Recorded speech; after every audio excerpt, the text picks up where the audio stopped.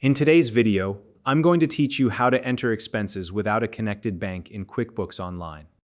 QuickBooks Online is a powerful tool for managing your finances. But what happens when you need to record an expense manually? Whether you're tracking cash purchases, paying vendors, or recording expenses from accounts that aren't connected to QuickBooks. This tutorial will walk you through every step of the process. If you don't already have a QuickBooks Online account, you can use the link in the description to sign up and get started. Now let's dive in. First, make sure you're on your QuickBooks Online dashboard. This is your starting point for entering any financial transactions. Once you're there, look at the top left corner of your screen and click on the New button. This will open the Create menu, which is where you'll find all the options for recording different types of transactions. From the Create menu, select Expense.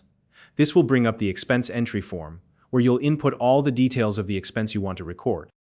Next, you'll need to specify the payee. The payee is the vendor, supplier, or person who was paid for the expense.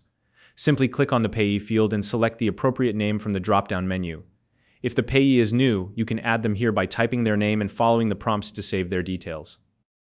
After selecting the payee, choose the payment account. This refers to the account the funds were taken from, such as your checking account, cash on hand, or a credit card. Make sure you select the correct account so your financial records stay accurate. Now, update the payment date. This should match the exact day the funds left your account. You can click on the calendar icon to pick the date or type it in directly. Next, select the payment method. This could be a credit card, check, cash, or any other method you use to make the payment. Be sure to match this with how the transaction occurred in real life. If your payment included a check or receipt number, enter it in the reference field. This step is optional, but it can be helpful for keeping track of payments later. Now it's time to add the category. The category is essentially the expense account from your chart of accounts that best fits the type of expense you're recording. For example, you might choose office supplies, meals, utilities, or another category that applies to your purchase. Once you've selected the category, enter the details of the expense. This includes the amount of money spent and a description of what the expense was for. The more detail you include, the easier it will be to review your records later.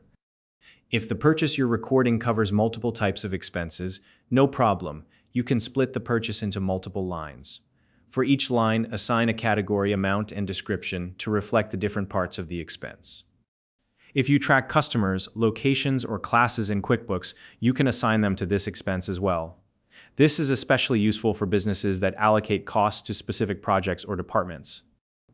Don't forget to include any applicable tax.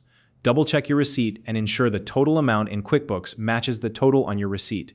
Accuracy here is key. Finally, you can add additional details if needed. This might include a memo or even attaching a digital copy of the receipt.